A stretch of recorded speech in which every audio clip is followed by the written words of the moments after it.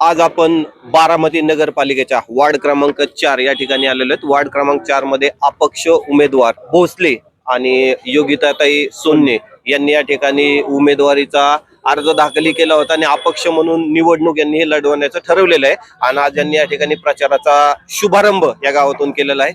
आज भाऊ तुम्ही इथं प्रचाराचा शुभारंभ केलेला आहे, काय तुमच्या भावना आहेत?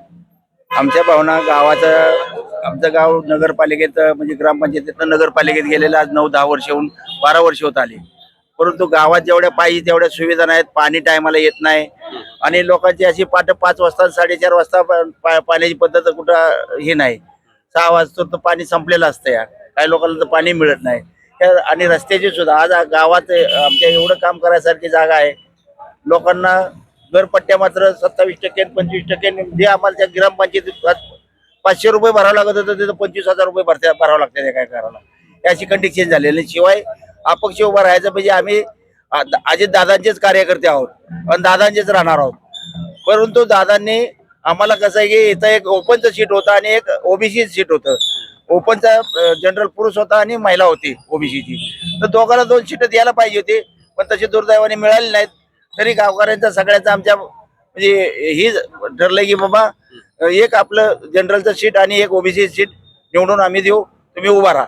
या पोस्टला आम्ही उभा राहिलेलो आहे। आतापर्यंत अजितदादाच्या नेतृत्वाखाली रुईगाव आपल्या वाढीव हद्दीत गेल्या नगरपालिकेत गेल्यापासून या ठिकाणी विकास झाला नाहीये का? जेवढा पाहिजे तेवढा विकास झालेला नाही। झापात खांबा लाईटीचे लावलेले आहेत।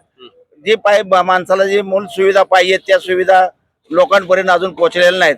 पाहिजे त्या गटर योजना नाहीत। लोकांच्या रस्त्याची तर एवढी अवस्था आहे। ठीक आहे, आता पहिली ग्रामपंचायत असल्यामुळे छोट्या छोट्या जागा आहेत, पण छोट्या छोट्या जागात सुद्धा लोकांना रस्ते ड्रेनेज हे अशा मूलभूत सुविधा होणं गरजेचं आहे, कारण त्यांच्याकडून करोडोपी पैसा वसूल केला जातोय, पण ते सुविधा नाहीत। त्यासाठी आम्ही नगरपालिकेत म्हणजे उभं राहिलेलो आहे आणि जर निवडून आलो तर हे सगळ्या सुविधा आम्ही द्यायची व्यवस्था करू। आपल्यासोबत या ठिकाणी योगिताताई सोन्ने या देखील अपक्ष उमेदवार आहेत। ताई, आपल्या काय भावना आहेत आज? फक्त गावाचा विकास करण्यासाठी आम्ही अपक्ष पॅनल मध्ये हे केलेलं आहे। फक्त गावाला पाणी, लाईट, रस्ते याची खूपच अवस्था बेकार झालेली आहे। लोकांनीच ठरवलं आहे आणि जे ठरवलं आहे ते आम्ही सत्यात उतरल्याशिवाय राहणार नाही। बऱ्याच वेळेस आपण बघत आहोत की रुई गावात भैरवनाथ मंदिराच्या बाबतीत वेगवेगळ्या पद्धतीने सर्वसामान्य लोकांच्या चर्चा चालू आहेत। रुई गावात चर्चा चालू आहे, काय नेमकी याच्याविषयी चर्चा आहे? काय आहे की आमच्या गावात काही कारणास्तव देवस्थान ट्रस्ट स्थापन केलेलं आहे आणि ते देवस्थानाचे म्हणजे तिथं कुठलं कामच करता येणार लोकांना। थोड्या बहुत हे घेऊन सर्वांनी मिळून केलं, कारण छोट्या छोट्या गावातली मंदिरं एकदम चांगल्या पद्धतीत झाली आणि आम्ही निवडून आल्यानंतर चांगलं काम करू आणि मंदिराला कसं मार्गी लावता येईल त्याचा प्रयत्न करू।